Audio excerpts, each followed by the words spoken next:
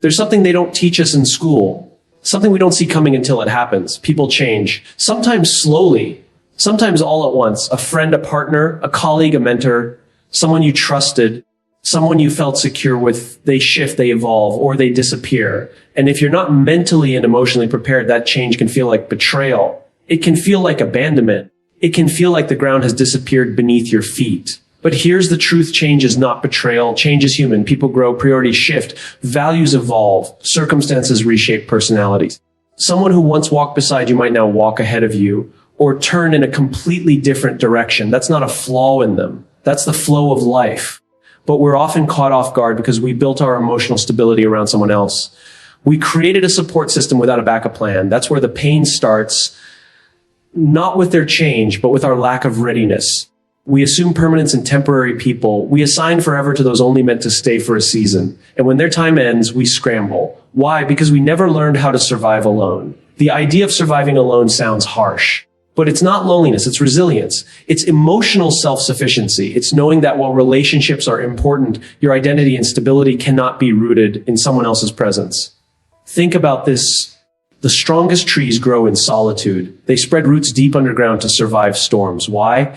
Because their environment is unpredictable. They don't rely on a nearby tree to hold them up. They anchor themselves. You should too. That doesn't mean you stop loving people. It doesn't mean you stop trusting or bonding. It means you know how to walk alone when others stop walking with you. Develop your skills, your emotional intelligence, your financial independence, your passions, so that no matter who exits your life, you never lose your sense of self. Build connections, but also build inner foundations. Don't let your peace be someone else's responsibility. Don't let your motivation depend on someone else's presence. People change. Be prepared for that. But most importantly, be prepared to continue when they do. The ability to stand tall when others fall back, that's survival. That's growth. That's maturity. And it's something no one can take from you, not even the ones who walk away. 5 keynotes of the speech: people are unpredictable. Emotional preparedness for change is a life skill. Emotional independence is not isolation. It's the foundation of resilience. Don't assign permanence to people who are only passing through your life. Learn to grow deep roots like trees. Your strength must come from within. Surviving alone is not about fear. It's about being whole before depending on others. People are unpredictable. Emotional preparedness for change is a life skill. It's one of those truths we often ignore because we desperately want to believe that relationships are stable, that people who are here today will still be by our side tomorrow. But that belief, while comforting, is also dangerous if we make it the foundation of our emotional soul stability. Human beings are not static. We are constantly in motion, physically, mentally, emotionally. Experiences shape us, struggles mold us, and time redefines what we want, what we value, and who we are. So when we say that people are unpredictable, it isn't about blaming them or painting them as unreliable. It's about acknowledging the reality of human nature. We all evolve, and sometimes that evolution causes people to drift apart or change in ways we never expected. Emotional preparedness for that change isn't a sign of coldness, it's a mark of wisdom. Many people confuse trust with permanence. They think, if I trust you, you'll stay the same, or if you care about me, you won't change. But love and care don't cancel out growth. In fact, some people will change precisely because they're growing. They may start valuing different things. They may take a new direction in life that no longer aligns with yours. And if we aren't prepared for that shift, it can crush us. We fall into confusion, heartbreak, or even bitterness, not because the other person did something wrong, but because we never prepared ourselves for the simple fact that people can and will change. Let's imagine a scenario. You have a best friend, someone who's been with you for years. They've always been the person you vent to, laugh with, and lean on. But slowly they start changing. They're less available. They're not as responsive. Their goals start pulling them in another direction. And suddenly, you feel abandoned. But what if you had emotionally prepared yourself, not for this specific change, but for the possibility that people, no matter how close, can evolve beyond the space they once occupied in your life? That preparedness wouldn't make the situation painless, but it would make it less devastating. Because your peace wouldn't rely solely on their consistency. Emotional preparedness doesn't mean you expect the worst from everyone. It simply means you remain rooted in your own strength. You understand that no matter how solid a relationship seems, it's still built on the fluid foundation of human emotion and circumstance. And because of that, you train yourself to not panic when someone you care about begins to shift. You give space, you observe, and most importantly, you don't collapse. That's the core of emotional intelligence. Not reacting out of fear or attachment, but responding with awareness and inner clarity. Some people will say, isn't that being too guarded? Isn't that expecting people to leave? Not at all. It's the difference between holding someone's hand and leaning your full weight on them. When you hold hands, you connect. But when you lean entirely on someone else to stay standing and they move, you fall. That's the risk of emotional dependency. Not love, not trust, but dependency. Emotional preparedness is about standing on your own feet, even while you hold someone's hand. That way, if they move, you don't fall. You adjust. This is a life skill that applies not just in friendships or romantic relationships, but everywhere: family, work, mentorships. You may have a boss who once supported you, but later becomes distant or critical. A sibling who once confided in you, but now chooses distance. A mentor who once invested in your growth, but moves on. The emotional damage doesn't come from their shift alone. It comes from our inability to handle that shift because we weren't ready for it.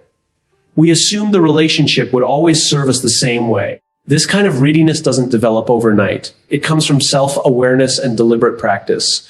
You begin by observing how change has already affected your life. People came and went, situations that turned unexpectedly. You look at your emotional reactions and ask, did I base my stability on something outside myself? If the answer is yes, you start to recalibrate. You focus on your inner foundation, your values, your passions, your purpose. The things that don't change just because someone else does. It's not pessimism, it's realism, it's maturity. It's knowing that while you can enjoy people, appreciate them, grow with them, your sense of peace, identity, and direction should never be so entangled with someone else that their change becomes your downfall. People are unpredictable. Life is unpredictable. And the only way to thrive in that environment is to make emotional preparedness a permanent part of your mindset. Emotional independence is not isolation, it's the foundation of resilience. In a world that glorifies connection, friendship, and intimacy, we often forget that there is a core part of ourselves that must remain untouched by external forces. Emotional independence doesn't mean we don't need anyone or that we push people away. It means we are whole before they come and we remain whole if they leave. This is a concept that many people misunderstand. They assume emotional independence is about cold detachment or self-centeredness. But in truth, it is about strength. It is about being rooted in yourself so deeply that your peace, your joy, your motivation, and your sense of self-worth are not dependent on anyone else's actions, approval, or attention. When you are emotionally dependent on others, you give them silent control over your emotional landscape. You let someone's mood dictate your own. You let their validation become your measure of worth. You let their presence define your security. And when they withdraw or change or simply can't meet your expectations anymore, you feel lost. You begin to question everything, not just about the relationship, but about yourself. This creates emotional instability. And when that becomes a pattern, it chips away at your confidence and emotional strength. You become reactive instead of grounded. But emotional independence breaks that cycle. It gives you the ability to engage deeply with people while still knowing who you are without them. Imagine someone walking beside you on a narrow path. It's comforting to have them there. You share stories, help each other when one stumbles, and celebrate moments together. But what happens if one day they take a different turn? If your balance on that path was dependent on leaning on them, you're likely to fall. But if you've trained yourself to walk with your own footing, you may be surprised, you may even grieve their absence, but you won't fall. You'll continue stronger because you've built your emotional endurance.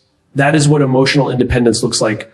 Walking with people, not leaning on them to carry your emotional weight. We are social creatures. No doubt we need connection. We thrive in belonging. But needing connection is different from being emotionally dependent on it. Emotional independence allows us to love more purely, to give without fear, to support without resentment.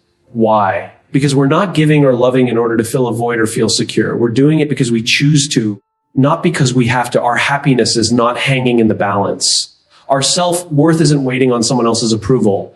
Think about the difference this makes in real life. If you're emotionally independent, you're less likely to tolerate disrespect, manipulation, or emotional neglect, not because you're cold or unforgiving, but because you're clear about your boundaries. You're not afraid of being alone, so you don't cling to people who treat you poorly. You can make rational decisions even in emotionally charged situations. You listen better because you're not just waiting for affirmation. You speak more honestly because you're not afraid of losing someone's favor. This is not arrogance. This is clarity. So many people suffer in silence because they're emotionally entangled with people who bring more stress than support. But they don't walk away, not because they're weak, but because they've never known life without leaning on others for their emotional needs. They've never been taught that it's okay to find peace within themselves. That solitude isn't emptiness, and that quiet doesn't mean something is wrong. When we develop emotional independence, we gain the power to pause, to think clearly, and to make decisions from a place of strength, not fear. This changes the way we approach relationships. We become givers, not takers. We become partners, not dependents. We seek connection, not completion. This kind of emotional strength is not something you're born with. It's something you build. It starts with small moments of self-reliance, not running to someone every time you feel anxious, not needing to explain yourself every time you make a choice, not craving constant reassurance to feel okay. Over time, those small acts become a mindset. You start trusting yourself. You start listening to your own inner compass. And even when you fall or feel broken, you don't stay there because you know how to get up. Not because someone pulls you up, but because you know how to lift yourself. Emotional independence allows you to be in the world fully connected to others, but never lost in them. It's the space where real resilience is born, where you are strong enough to love, to lose, to rebuild, and to continue. Not because you don't feel pain, but because you've built the emotional muscle to carry it and keep moving. Don't assign permanence to people who are only passing through your life. One of the most painful lessons life teaches is that not everyone you meet is meant to stay. Some people are only meant to walk with you for a season, to teach you something, to guide you through a specific chapter, or to shape your character in ways that couldn't happen without them. But the mistake we often make is confusing temporary roles for lifelong positions. We cling to people as if they are permanent fixtures, building our future around them, emotionally investing without boundaries, and imagining a forever that was never promised. This isn't foolishness. It's human. We're wired to seek connection, and when we find comfort in someone's presence, it's natural to want it to last, but wanting doesn't guarantee staying. And when that person leaves by choice, by change, or by a circumstance, the hurt feels personal. It feels like a betrayal. But in truth, it's often just the end of their purpose in your journey. Relationships of all kinds, friends, partners, even mentors, serve different functions in your life. Some are bridges. They help you cross from one phase of your life to another. Some are mirrors. They show you things about yourself, both beautiful and difficult. Some are anchors that hold you steady in storms. And some are just signposts that point you toward a direction you never would have seen on your own. But not all of them are destinations. Not all of them are meant to be part of your story forever. The danger comes when we mistake their purpose. We expect a bridge to stay, a mirror to walk with us, a signpost to become a home. That mismatch of expectation sets us up for disappointment because we assign permanence to something inherently temporary. Part of emotional growth is learning to embrace the idea of temporary connections without bitterness or regret. It means appreciating the role someone played in your life while they were there without holding on to them in ways that damage your peace when they're gone. It's possible to cherish memories without being chained to them. It's possible to value someone's impact without needing their constant presence. When you start to live with that perspective, you become freer. You stop demanding lifelong loyalty from every person who enters your life, and instead, you start asking a more mature question: what is this person here to teach me, and what am I here to learn? Some people will bring joy, some will bring chaos, some will break your heart, and others will mend it. But all of them bring something. Even the painful relationships teach resilience, boundaries, self-respect, or clarity. When you stop resisting the temporary nature of some connections, you gain the ability to move forward with less emotional weight. You don't carry anger, guilt, or unanswered questions with you. You learn to say, that was important and now it's over, without resentment. That is not emotional detachment. That is maturity. It's also important to recognize that sometimes you're the temporary person in someone else's life. You might play a vital role for a season, and then your presence is no longer needed. That doesn't mean you failed. It means you serve your purpose. Understanding this from both sides allows you to navigate relationships with grace. You're no longer obsessed with holding on. You're focused on showing up fully while it lasts, giving your best, and letting go without losing yourself when it ends. There's a calm that comes from releasing the need to control who stays and who leaves.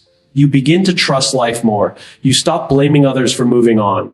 You stop blaming yourself for not being enough to make them stay, because you realize it was never about worth. It was about timing, purpose, and the natural flow of life. People change, life shifts, priorities realign, and sometimes the road just splits. That doesn't erase what was meaningful. It simply marks a new phase. Learning not to assign permanence to temporary people protects your heart. It allows you to give love freely, knowing it might not be returned forever. It allows you to build bonds while still maintaining your own identity. You stop building your emotional house on someone else's presence, and instead, you build it on your own foundation.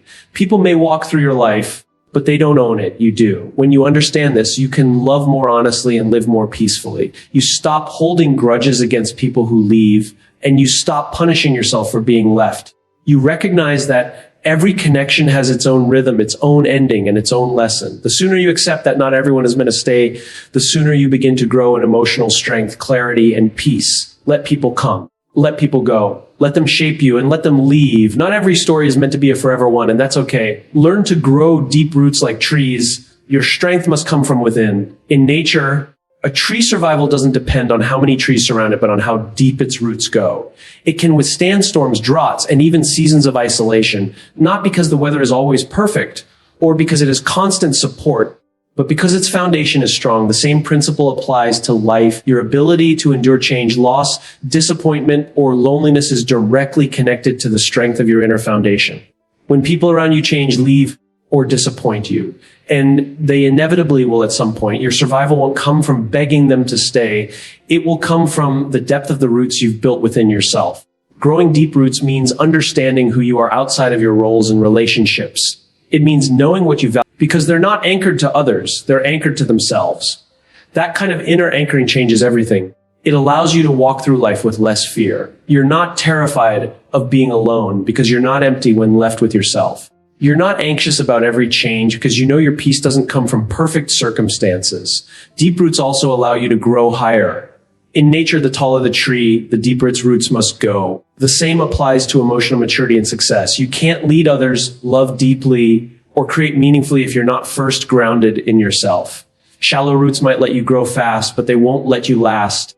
The first strong wind, a heartbreak, a betrayal, a failure will uproot everything. But when your roots are deep, you're not only harder to shake, you're able to nourish others without losing yourself. You can give support without draining your own reserves. You can show up fully in relationships without fear of losing your identity. Sometimes life will strip away everything that's not essential. People will leave, plans will fail, and dreams will shift. And in those seasons, what remains is what truly matters, your inner strength. That's when the quality of your roots is revealed. If all your confidence was tied to your achievements or relationships, you'll feel lost. But if your confidence comes from your values, your purpose, and your ability to endure, you'll stand tall, not without pain, not without struggle, but without collapse. You'll bend, but you won't break. You'll grieve, but you won't give up. You'll pause, but you won't be paralyzed. Life has a way of testing your foundation. It will challenge you to grow deeper when you want to run. It will force you to look inward when everything around you is falling apart. And the people who survive, not just survive, but thrive, are the ones who took the time to build their roots before the storm came. They didn't wait until they were alone to figure out who they were. They prepared quietly, steadily, consistently, and when the time came, they stood, not because life was easy, but because they were rooted. That's where your strength must come from, not from how many people stand with you, but from how deeply you're anchored within yourself. Surviving alone is not about fear. It's about being whole before depending on others. It's a mindset shift that redefines how we view solitude, relationships, and self-reliance. Many people assume that being alone means being broken, unwanted, or left behind. They attach fear and sadness to the idea of solitude because they've been conditioned to see it as something to escape from. But surviving alone isn't a weakness. It's one of the greatest forms of inner strength. It means that before you invite someone into your world, you already know how to live in it. It means that before you lean on anyone, you've already built a foundation strong enough to carry yourself. From an early age, we are taught to look outward for comfort and security. We're praised for being sociable, for making friends, for being part of something.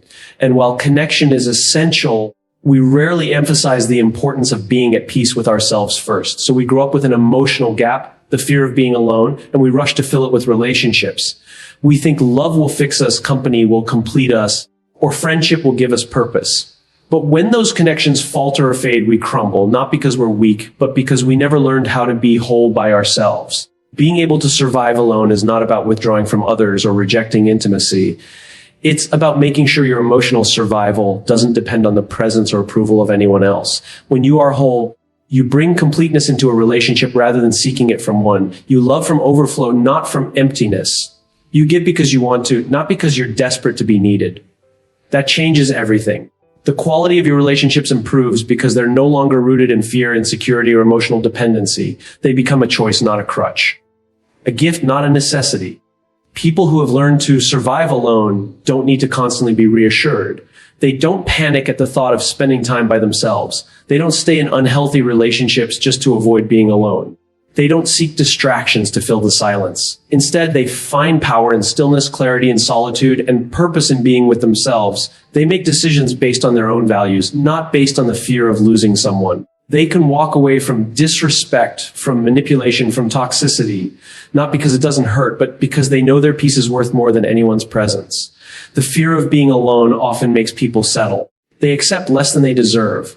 They remain in situations that stunt their growth. They tolerate behavior that damages their spirit.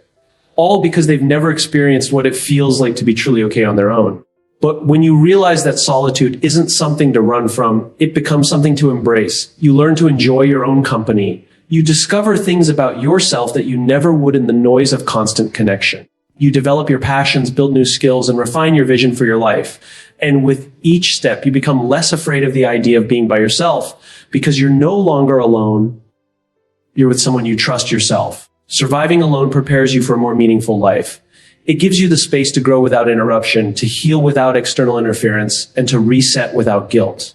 When others come into your life, you're ready, not because you need them to fix you, but because you're open to sharing what you've already built.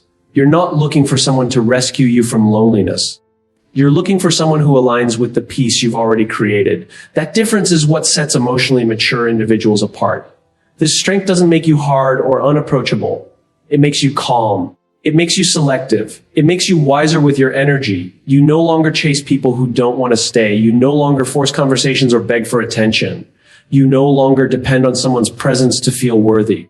And that kind of emotional power is rare. It comes from surviving the moments when you felt alone and choosing not to break. It comes from walking through silence and learning how to listen to your own voice. When you're whole on your own, you begin to live from a place of freedom. You no longer fear loss because you know you will still stand. You no longer fear change because your identity isn't attached to someone else's stability. You no longer fear being misunderstood because you understand yourself. That's what surviving alone teaches you. Not how to live without people, but how to live with yourself so fully that you're never lost when they leave. You don't fear solitude anymore. You respect it because in it, you found your strength, and that strength can't be taken away. The truth is, people will change. Some will grow apart from you. Some will walk away without warning, and some will stay only for a season, no matter how much you believe they were meant to be permanent. But your survival, your peace, and your purpose cannot depend on who stays or who leaves. You must become emotionally prepared for change, rooted in your own strength and capable of standing alone when necessary. That's not isolation, that's wisdom. When you stop assigning forever to temporary people, when you develop emotional independence, when your identity comes from within and not from others, you gain freedom. You stop fearing loss because you've built a foundation that no one else can shake. The world will test your emotional strength. People will test your expectations. But if you've learned to survive alone, not in fear, but in fullness, you will never truly be alone. You will be whole, resilient, and ready for whatever life brings next.